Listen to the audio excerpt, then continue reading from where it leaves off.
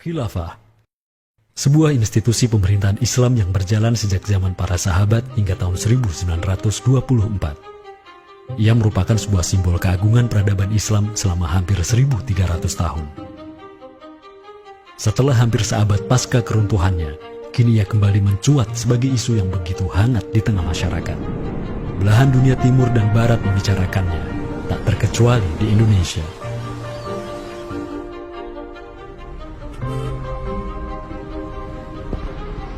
Perdebatan tentang khilafah tak terhindarkan. Apakah ia pantas diterima atau tidak di zaman modern saat ini? Kita tahu khilafah atau kehilafahan Islam itu di Nusantara bukan hal yang baru. Ya, sudah ada hubungan relasi antara kesultanan-kesultanan dan kerajaan Islam Nusantara dengan kehilafahan di Turki Utsmani atau wilayah Arab secara keseluruhan itu sejak abad ke-7.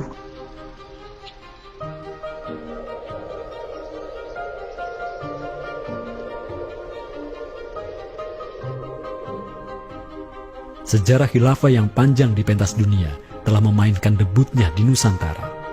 Islam yang diemban para punggawanya telah menjadikan Nusantara jaya dan menjadi sumber utama perlawanan terhadap para penjajah.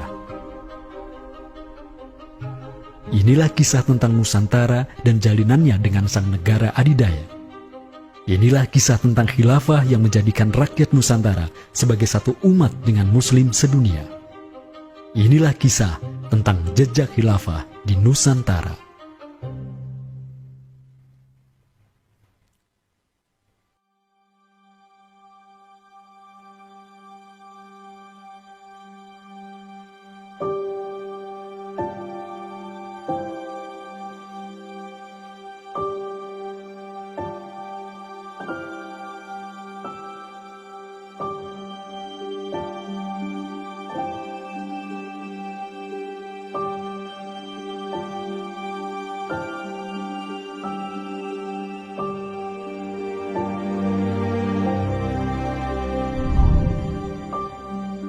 Senin, 12 Rabiul Awal tahun 11 Hijriah, bertepatan dengan tahun 632 Masehi.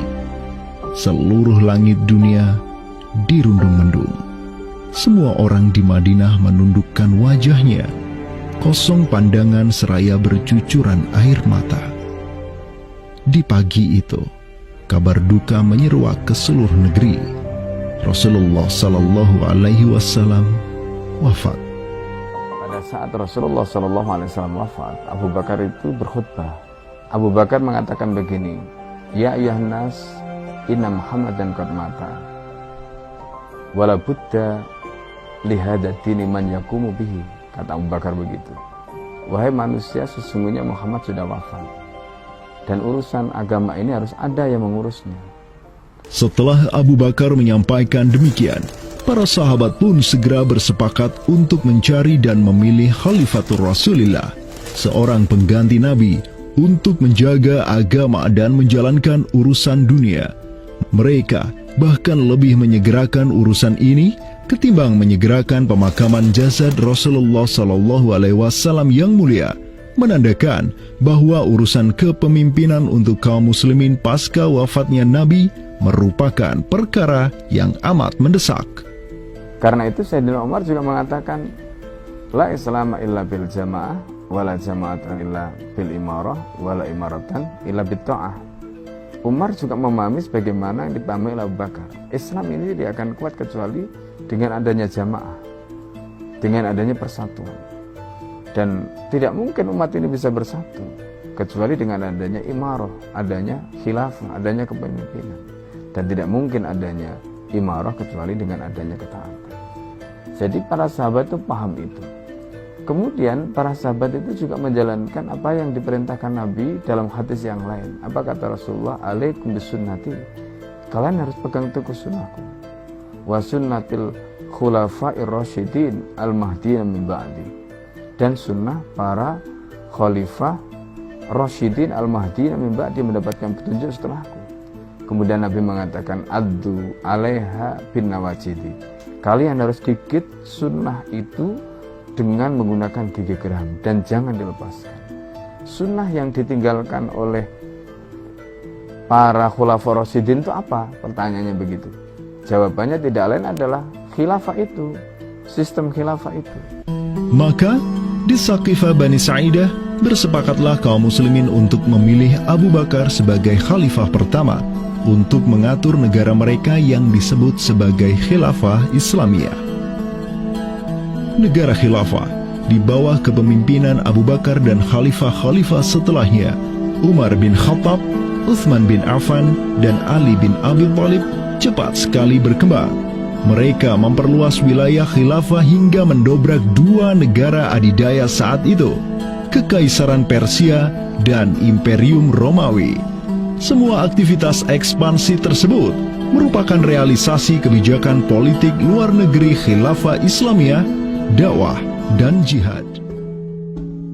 Sementara di Timur Tengah sedang terjadi revolusi tauhid yang luar biasa dengan munculnya negara adidaya baru yang bernama Khilafah Islamiyah. Jauh di sebelah timur terbentang sehamparan kepulauan yang teramat luas wilayahnya. Masing-masing pulau ini begitu hijau hutannya, mata air mengalir dengan begitu derasnya, disertai kekayaan alam yang melimpah ruah jumlahnya, baik di bawah maupun di atas tanah, baik sebelum maupun selepas pantai. Negeri itu dikenal sebagai Nusantara. Diapit oleh dua benua dan dua samudra, amatlah strategis posisi wilayah Nusantara, menjadikan ia sebagai pelabuhan dagang yang ramai, tempat bertemunya bangsa-bangsa dunia. Kala itu, belumlah penduduk di Nusantara mengenal Islam, sementara kehidupan mereka sedang diselimuti oleh kegelapan. Namun, tatkala Islam sedang membara di Timur Tengah, tentu sampailah pengaruhnya ke Nusantara.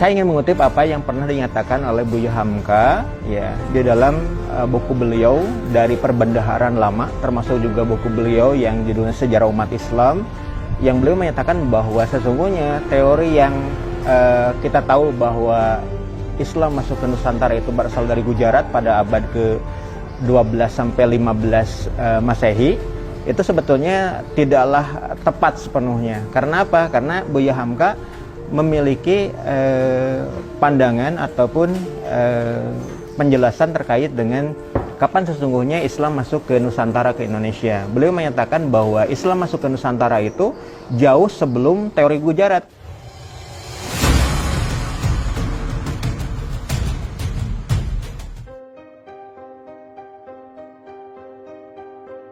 Di bawah pemerintahan Khulafaur Rasyidin yang wilayahnya membentang dari Afrika Utara sampai Persia, perdagangan kaum muslimin berkembang pesat dengan dikuasainya pelabuhan-pelabuhan strategis di Samudra Hindia. Hubungan diplomatik dan komersial pun terjalin dengan sejumlah kerajaan dari India sampai Cina. Sui Tangshu, sebuah kronik kuno dari dinasti Tang di Cina mencatat, telah datang serombongan utusan khilafah ke hadapan penguasa Cina di tahun 651 Masehi, di mana tahun tersebut merupakan masa Khalifah Utsman bin Affan. Hubungan khilafah dengan dunia timur terus berlanjut sampai di mana khilafah beralih ke pemimpinannya di bawah otoritas Bani Umayyah. Apabila hubungan negara khilafah dengan kekaisaran Cina sudah terjalin sejak masa Khulafaur Rasyidin melalui jalur laut, tentulah utusan khilafah akan melalui wilayah Nusantara yang menjadi penghubung antara Timur Tengah dan Asia Timur. Dan di ujung paling barat wilayah Nusantara, terdapat pulau besar yang kala itu dikenal oleh bangsa Arab sebagai Sribuza, pelafalan mereka untuk menyebut kerajaan Sriwijaya. Pelabuhan-pelabuhan di kerajaan Sriwijaya senantiasa menjadi titik transit setiap kapal yang hendak melanjutkan perjalanannya. Tentu, penguasa Sriwijaya akan menyadari keberadaan pelayar-pelayar Muslim yang singgah di wilayah kekuasaannya. Fakta bahwa kerajaan Maharaja Indravarman di Sriwijaya itu ada komunikasi dengan Daulah Umayyah, mengirim surat 2 kali yang isi suratnya itu dari raja dengan 1000 gajah ya dan sebagainya, yang menunjukkan surat menyurat seabad itu yang menunjukkan ada hubungan kekhilafahan dengan Nusantara. Dan secara historis ya sangat logis ketika itu superpower dunia adalah khilafah. Surat yang dikirim oleh Maharaja Sri Indrawarman dari Sriwijaya tersebut dialamatkan ke Damaskus, ibu kota Khilafah Umayyah yang saat itu dipimpin oleh Khalifah Umar bin Abdul Aziz. Dalam surat itu disebutkan, min malikil amlak alladhi huwa ibnu alfi malik walladhi tahtahu bintu alfi malik walladhi fi marudatihi alfu filin walladhi lahu nahrani yumbitani al-auda wal-allawha wal-jawza wal-kafura alladhi yujadu rihuhu ala masirati 12 milan ila malikil arab alladhi la yushriku billahi syai'an. Amma ba'du, fa inni qad ba'athtu ilaika bihadiyatin wa ma hiya bihadiyatin walakinnaha tahiyatun wa ahbabtu an tab'atha ilayya rajulan yu'allimunil islama wa yuwaqqifuni ala hududihi wassalam. Maka di bawah kepemimpinan sang Khalifah Umar bin Abdul Aziz, khilafah menyebarkan rahmatan lil alamin ke segala penjuru dunia, termasuk Nusantara.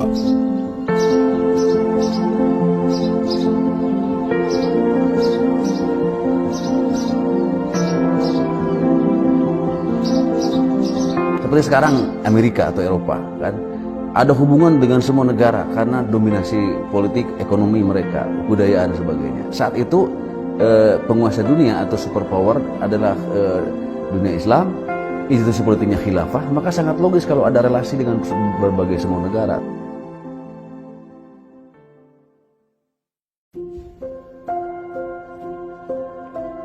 Tahun 1258, dari arah timur datanglah segerombolan pasukan yang mengerikan. Tubuh mereka besar-besar bak raksasa, berkulit kuning dan begitu mahir berpanah dan mengendarai kuda. Inilah pasukan Mongol yang datang dari utara Cina.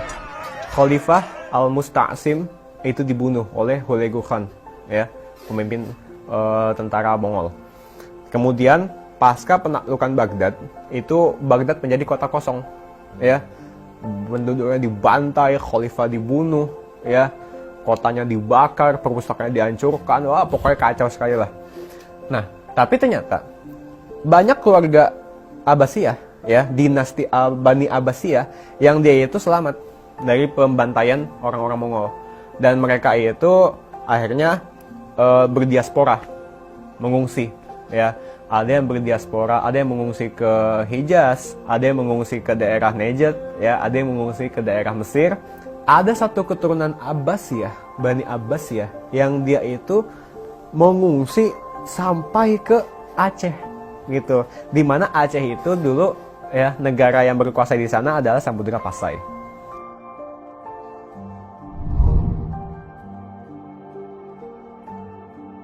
Terdapat 3 orang Bani Abbasiyah yang diketahui dimakamkan di Aceh, yakni yang pertama Sodrul Akabir Abdullah bin Muhammad Al-Abbasi, keturunan Khalifah Al-Mustaunsir Billah.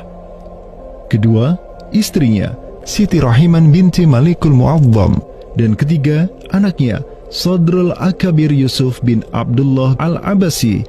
Mereka bertiga dimakamkan di kompleks yang sama. Yang paling monumental, yang paling besar di sini kita lihat adalah seorang tokoh yang memiliki predikat As-Sadr Al-Kabir ataupun pengawal para pembesar yang derajatnya mungkin setingkat dengan Perdana Menteri. Beliau bernama Abdullah bin Muhammad bin Abdul Qadir bin Abdul Aziz bin Al-Mansur Abi Ja'far Al-Abbasi, yang mana genetika beliau yang daripada Al-Mansur ini sendiri, yang merupakan kakek buyut daripada Abdullah ini, adalah seorang khalifah dari Bani Abbasiyah. Bani Abbas ini yang terkubur di Aceh, ya, Lok Sumawe ini, ayahnya ini, ya, Muhammad bin Abdul Qadir, ternyata dia itu dicatat oleh Ibnu Battutah, ya, dicatat oleh Ibnu Battutah dalam rihlahnya kitab Tuhfatun Nazar, ya. Nah, dia itu ayahnya Abdullah bin Muhammad Sodrul Akabir yang di Pasai itu menjadi gubernur, ya, menjadi gubernur di mana, di daerah India, gitu, dicatat oleh Ibnu Battutah, gitu, ya. Dan Ibnu Battutah mencatat sultan-sultan di India itu begitu hormat, ya, begitu taat, dan mereka itu memuliakan keturunan Khalifah Abbasiyah ini, ya, keturunan Khalifah Al-Mustansir Billah, begitu. Nah, ini mengindikasikan bahwasanya apa? Sultan-sultan India itu begitu memuliakan, dan mereka itu dalam satu riwayat lain juga membaiat Khalifah Abbasiyah yang ada di Mesir. Sementara sultan-sultan di India, ya, Kesultanan Islam di India itu punya hubungan erat dengan Samudra Pasai, begitu. Nah, di sini kita bisa menduga kuat bahwasanya Samudra Pasai itu juga berbaiat kepada Khalifah Abbasiyah. Samudra Pasai pada masa itu berbaiat kepada dinasti sebelum Utsmaniyah berkuasa, yaitu kita menduga dan meyakini hal tersebut sesuai fakta-fakta yang kita temukan di lapangan, bahwa Madinatul Sumatera ataupun Jaziratul Jawi, Samudra Pasai itu berbaiat langsung kepada dinasti Abbasiyah. Sultan Zainal Abidin bin Ahmad bin Malikus Zahir bin Malikus Saleh, penguasa Pasai di masa Sodrul Akabir Abdullah Al-Abbasi hidup, menyatakan baiatnya kepada Khalifah Al-Mutawakkil 'alallah di Kairo di awal abad ke-15. Begitu pula sebelumnya, Sultan Muhammad bin Tughluk di Delhi diikuti oleh Sultan Jalaluddin Muhammad dari dinasti Raja Ganesh di Bengali, dan penguasa dari dinasti Utsmaniyah di Turki, Sultan Bayazid pertama. Seluruh sultan di dunia Islam menyatakan baiatnya kepada Khilafah Abbasiyah semenjak gelombang badai Mongol berhasil dihentikan oleh pahlawan-pahlawan Mamluk. Pusat Khilafah Abbasiyah kini berpindah ke Kairo, Mesir, dan menjadi magnet kaum muslimin global. Dari pusat khilafah inilah dakwah Islam mulai bangkit kembali dan menggencarkan aktivitasnya dengan mengirim berbagai juru dakwah ke seluruh penjuru alam. Dengan Samudra Pasai yang mendaulatkan dirinya sebagai Darul Islam yang berbaiat kepada Khalifah, Samudra Pasai mengemban tugas untuk mengubah seluruh Asia Tenggara dari Darul Kufri menjadi Darul Islam. Sultan Zainal Abidin Ra Ubabdar dibantu oleh putra Sodrul Akabir Abdullah bin Muhammad Al-Abbasi, yakni Yusuf bin Abdullah, yang di pucuk pusaranya tertera nama kakeknya Khalifah Al-Mustansir Billah, banyak menaklukkan wilayah-wilayah yang belum Islam di Sumatera dan Semenanjung Malaya. Seperti Ra Ubabdar. Ra Ubabdar itu berasal dari dua kata, Ra dan Ubabdar, yang mana artinya adalah penguasa gelombang. Ini adalah sebuah predikat yang sangat luas sebenarnya maknanya. Sesuai dengan masa yang ditorehkan pada waktu tersebut, bahwa Sultan Zainal Abidin Ra Ubabdar bin Ahmad bin Muhammad bin Al-Malik Al-Salih ini adalah salah satu masa kegemilangan Samudra Pasai, yang mana kita ketahui setelah masa tersebut yang memimpin Kesultanan Sumatera adalah anak keturunan daripada beliau ini, yang jumlahnya sampai 11 orang sultan. Bergerak dan terus bergerak itu meluaskan dakwah Islamnya sampai ke pulau-pulau. Itu masa Zainal Abidin Ra Ubabdar, terutama penakluk gelombang yang dijuluki beliau itu melebarkan sayap itu sampai ke seluruh Asia Tenggara. digelarilah Sultan Zainal Abidin Pasai dengan sebutan Ra Ubabdar, bahasa Persia untuk gelar sang penakluk gelombang, karena dengan arungan pasukannya yang luar biasa di atas gelombang laut Nusantara, ia membuka banyak sekali wilayah, seperti Malaka misalnya, di mana di sanalah Sultan Zainal Abidin Ra Ubabdar menempatkan putranya Sultan Mansur sebagai penguasa Darul Islam Malaka. Kesultanan Samudra Pasai banyak pula mengirimkan juru dakwahnya untuk meminta penguasa-penguasa Nusantara lain agar menerima Islam. Salah satu juru dakwah tersebut dikirim ke Jawa Timur, pusat pemerintahan rezim yang mendominasi wilayah Nusantara saat itu, Kerajaan Majapahit.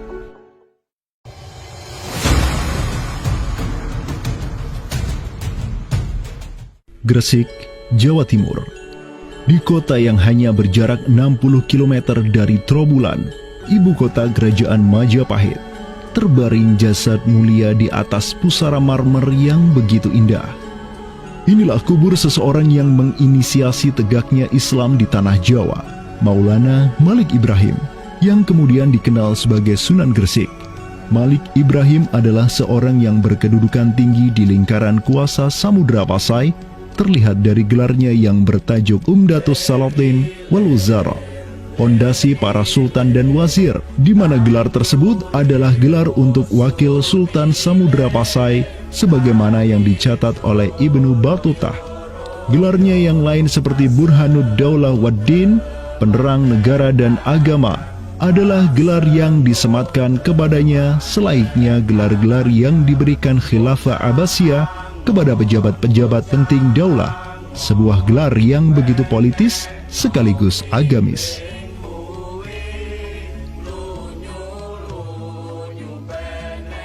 Maulana Malik Ibrahim dikirim oleh Pasai untuk mendakwahkan Islam kepada rakyat dan para penguasa Majapahit.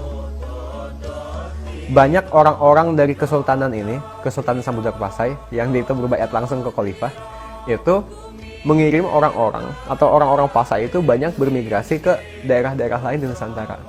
Misalkan ya, kalau kita perhatikan makam tertua ya, salah satu makam tertua di Jawa yang sekarang terletak di Gresik, siapa orangnya ya? Pemilik makam ini itu adalah Maulana Malik Ibrahim. Maulana Malik Ibrahim ya, kalau kita perhatikan makamnya yang di Gresik itu sama persis gayanya dengan apa? Dengan makam-makam yang ada di Pasai, begitu. Nah, ini merupakan bukti bahwasanya Sunan Gresik itu pernah ada di Pasai ya, dan dia itu ya tahu sendiri lah ya, bahwasanya Maulana Malik Ibrahim yang kemudian dikenal juga sebagai Sunan Gresik itu merupakan salah satu dari Wali Songo. Bersama kakek, paman, keponakan, cucu cicit dan murid-murid pilihannya yang kemudian disebut Wali Songo, Maulana Malik Ibrahim berdakwah di Jawa dan menyebarkan Islam di kalangan penduduknya. Mereka mendapat sokongan penuh dari negara yang berkuasa di Samudra Pasai, kesultanan yang berbaiat kepada Khilafah Abbasiyah. Dakwah mereka terus berkembang, perlahan namun pasti, dan mulai melumat persendian kuasa Majapahit yang mulai keropos akibat kekacauan internal mereka sendiri.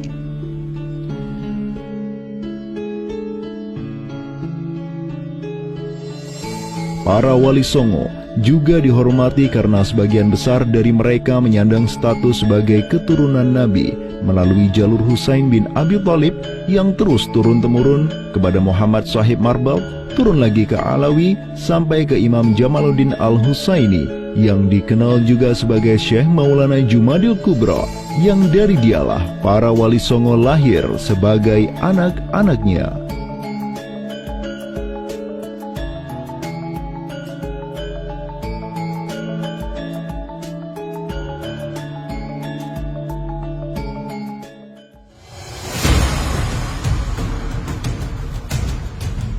Bertolak dari Gresik, dakwah para wali menyebar ke kota-kota lainnya di Pulau Jawa, bahkan sampai keluar Jawa seperti Maluku, Ternate, Makassar, Kalimantan, dan sebagainya. Selain kalangan rakyat, banyak pula pejabat-pejabat Majapahit yang tercerahkan dengan Islam dan sukarela mengucap syahadatain seperti para adipati Majapahit di Palembang, Cirebon, Semarang, Pekalongan, Jipang sampai Mataram. Tak tanggung-tanggung, di antara mereka yang berislam bahkan merupakan sang putra mahkota Majapahit sendiri, Pangeran Jimbun alias Raden Patah, yang merupakan buah dari pernikahan Raja Brawijaya kelima dengan seorang putri Cina. Ketika dewasa, Raden Patah belajar kepada Sunan Giri di Surabaya, kemudian diangkat menjadi Adipati Demak oleh ayahnya. Kemudian, di tahun 1478, Brawijaya kelima digulingkan oleh pesaingnya dari Kediri, Girindra Wardana. Tahta Majapahit yang diduduki oleh musuh ayahnya lantas membuat Raden Patah di Demak beserta seluruh elemen Islam di Jawa pimpinan para Wali Songo bangkit berjihad melawan Girindra Wardana dan penerusnya Patih Udara. Mereka terus berjihad dengan penuh keberanian hingga akhirnya berhasil melumat kekuasaan Majapahit yang dipegang oleh para pemberontak dari pihak Girindra Wardana dan Patih Udara. Kaum muslimin pun meraih kemenangan, hingga akhirnya mereka berhasil memproklamirkan berdirinya sebuah daulah Islam pertama di Tanah Jawa, Kesultanan Demak, pada tahun 1482. Digelari Raden Patah sebagai Senopati Jimbun Ningrat Ngabdurrahman Panembahan Palembang Saidin Panatogomo, atau dengan gelarnya dalam bahasa Arab, Sultan Syah Alam Akbar Al-Fatah. Dialah Sultan yang telah memfutuhat Jawa menjadi Darul Islam. Dengan berdirinya Demak sebagai daulah Islam pertama yang berdaulat di Tanah Jawa, bertambahlah kuat bargaining politik Islam di kawasan Nusantara bersama-sama dengan Kesultanan Samudra Pasai di Sumatera, Kesultanan Malaka di Semenanjung Malaya, Kesultanan Brunei di Borneo, Kesultanan Sulu di Filipina, begitu pula Sultan pertama di Ternate, Sultan Zainal Abidin, yang pernah menimba ilmu ke Jawa di bawah bimbingan Sunan Giri. Dalam rentang abad yang bersamaan, kemenangan daulah Islam di kawasan Nusantara juga diiringi dengan penaklukan Konstantinopel, ibu kota Romawi Timur, oleh salah seorang sultan dari Bani Uthmaniyah, Muhammad Al-Fatih. Penaklukan Konstantinopel sekaligus menandakan tamatnya riwayat Imperium Romawi Timur untuk selama-lamanya.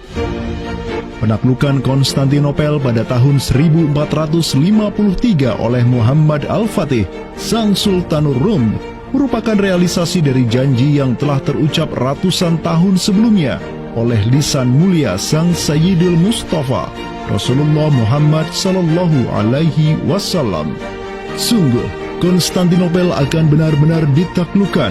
Sebaik-baik pemimpin adalah pemimpin yang berhasil menaklukkan Konstantinopel, dan sebaik-baik pasukan adalah pasukan yang menyertainya.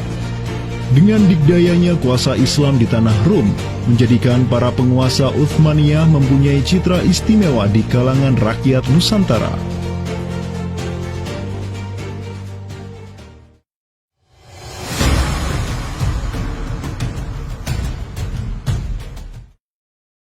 Namun demikian, dikala penaklukan demi penaklukan sedang digencarkan oleh tentara Islam mulai dari Rum sampai ke Nusantara, penaklukan yang sama juga digencarkan oleh tentara Kristen di ujung paling barat dunia Islam, Andalusia. Berbeda dengan penaklukan yang kaum muslimin lakukan, di mana penduduk asli suatu tempat diberi toleransi yang luar biasa atas agama dan properti mereka, tentara Kristen Portugis dan Spanyol menaklukkan wilayah Islam di Andalusia yang saat itu sudah terpecah menjadi Reyes de Taifas atau Mulukhut Tawaif atau kerajaan-kerajaan yang saling tercerai-berai.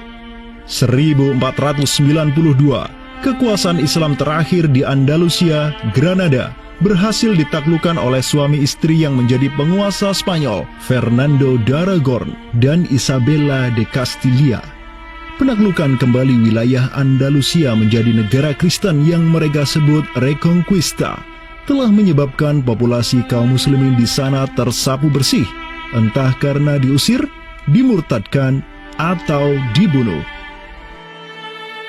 Selain Reconquista, kaum Kristen Spanyol dan Portugis juga mempunyai motif ekonomi untuk menjadikan diri mereka kaya, yakni dengan mencari jalur rempah di Samudra Hindia yang saat itu merupakan potensi sumber daya alam yang luar biasa. Program mereka untuk mencari rempah di Samudra Hindia mereka sebut sebagai Estado da India. Kita sering dengar dengan istilah 3G gitu kan. Glory, Gospel, dan Gold gitu kan. Jadi ya mereka ingin ekspansi, mereka ingin menyebarkan misi agama mereka, dan mereka juga ingin mencari gold. Goldnya sini adalah justru adalah rempah gitu kan. Begitulah betapa berharganya rempah pada saat itu, sampai 1 gram pala dihargai dengan 2 gram emas gitu kan. Paus Alexander ke-6, pemimpin kaum Kristen saat itu, begitu mendukung hasrat Portugis dan Spanyol untuk menjelajah dunia dan menyebarkan Kristen. Maka, berangkatlah gelombang penjelajah Portugis yang disertai pasukan dan senjata untuk menaklukkan dunia Islam di Samudra Hindia. Di bawah pimpinan Alfonso de Albuquerque, armada Portugis berhasil menaklukkan Goa di India pada tahun 1510, dan setahun kemudian berhasil sampai ke Malaka, merebut pelabuhan strategis itu dari Sultan Mahmud Syah yang memerintah tempat tersebut. Dari Aceh ini, di mana surat Aceh ini itu selain memberikan baiat, dia itu juga meminta pertolongan kepada Khalifah Amirul Mukminin sebagai pelindung dunia Islam global agar mengirim sejumlah persenjataan ya, kapal perang, ahli-ahli militer ya, kemana? Ke Aceh untuk menghadapi Portugis yang saat itu sedang menguasai Selat Malaka. Begitu. Nah, akhirnya apa? Bahkan Sultan Selim kedua itu menyebutkan ya, Aceh itu sebagai wilayati Aceh ya. Wilayat itu asal katanya dari bahasa Arab, wilayah. Wilayah itu kalau dalam istilah tata negara Islam ya, merupakan provinsi gitu. Jadi di sini ya, Sultan Selim kedua, Khalifah Utsmani ini menyebut Aceh itu sebagai provinsi, wilayah Aceh. Atau dalam arsip yang lain disebut Wilayatul Hind ya. Kemudian kalau dari segi kerjasama militer, ya itu dengan ditandai dengan pengiriman artileri perang yang cukup luar biasa, yang bahkan sampai yang namanya meriam-meriam monster dalam meriam penghancur, dan kemudian tim ahli pembuat meriam yang dikirimkan dari Turki ke Aceh Darussalam. Tapi ya qadarullah, ternyata saat itu terjadi pemberontakan di daerah Yaman ya. Pasukan-pasukan yang seyogyanya dikirim ke Aceh itu dialihkan ke Yaman ya. Walaupun dialihkan ke Yaman untuk memadamkan pemberontakan di sana, tapi tatkala pemberontakan itu selesai, apakah misi ke Aceh itu tetap berlanjut? Lanjut ya, tetap berlanjut. Nah, akhirnya sejarah mencatat bahwasanya ada 2 kapal galeon ya, 2 kapal perang besar yang dimana isinya merupakan perwira-perwira ahli militer dari Utsmaniyah dikirim ke Sultan Alauddin Riayat Shah Al-Qahar ya. Nah, dan ini ya menurut Profesor Amirul Hadi ya, jumlahnya 400 ya. Janissaries, tentara elit Utsmaniyah, dikirim ke Aceh.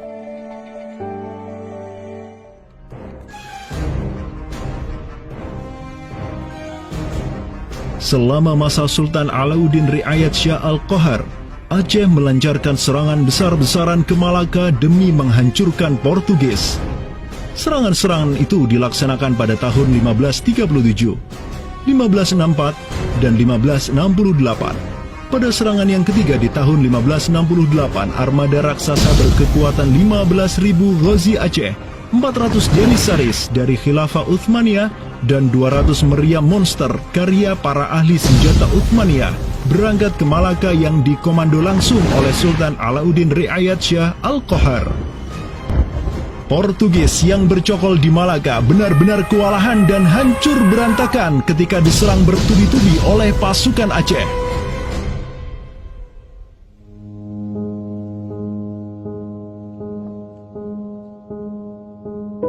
Walau demikian, Portugis berhasil bertahan karena dibantu oleh sekutu-sekutunya dari Johor dan Kedah.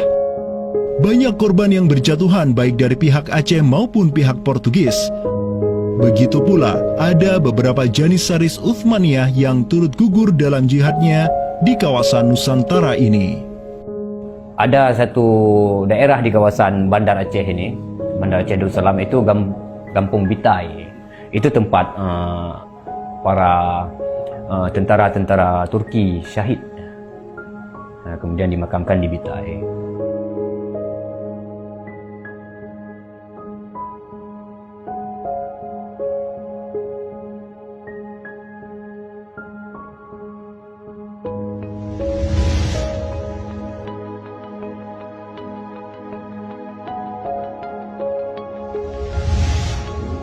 Mungkin kita melihat juga dari segi numismatik atau mata uangnya, banyak sekali dirham-dirham Turki Utsmani kita temukan di sini. Ini adalah Gampung Pande, sebuah rawa kumuh yang terletak di tepi pantai Kutaraja, Banda Aceh. Semenjak tahun 2006, tempat ini sudah dijadikan sebagai tempat pembuangan akhir untuk sampah dan tinja. Kemudian sempat pula ingin dibangun di atasnya instalasi pengolahan air limbah atau IPAL oleh Pemda setempat. Namun siapa sangka, di tempat yang nasibnya begitu menyedihkan hari ini, di tahun 2013 lalu, telah ditemukan tidak kurang dari 6.000 keping dinar dan dirham yang dicetak oleh Khilafah Utsmaniyah dan Kesultanan Aceh. Dari Sultan Sulaiman Al-Qanuni kita temukan di sini. Kemudian Sultan Murad juga kita temukan di sini. Gampung Pande yang merupakan salah satu kawasan Islam tertua di Aceh, di mana di sanalah terdapat ribuan makam tokoh-tokoh penting Islam yang datang dari seluruh penjuru negeri. Dan beginilah nasibnya sekarang, terhinakan oleh orang-orang yang melupakan sejarah besarnya, tak tersentuh oleh peradaban modern yang durhaka kepada sejarah Islamnya. Walau demikian, kenangan tentang mereka takkan pernah hilang dan akan terus teringat oleh anak cucu kita. Mereka akan terus mengingat bahwa orang tua kita dahulu, para penguasa kita yang soleh dulu, pernah menyatakan baiatnya kepada Amirul Mukminin, khalifahnya umat Rasulullah Sallallahu Alaihi Wasallam. Inilah kubur orang yang dirahmati lagi diampuni. Dialah Al-Ghazi, sang petarung di jalan Tuhan semesta alam, penentang kaum kafir dan musyrikin, pecinta kaum fakir dan miskin, Sultan Alauddin Riayat Shah, naungan Allah di muka bumi, putra Sultan Ali Mughayat Shah. Semoga Allah menyiramkan rahmat ke atas pusaranya dan menjadikan surga tempat kediamannya.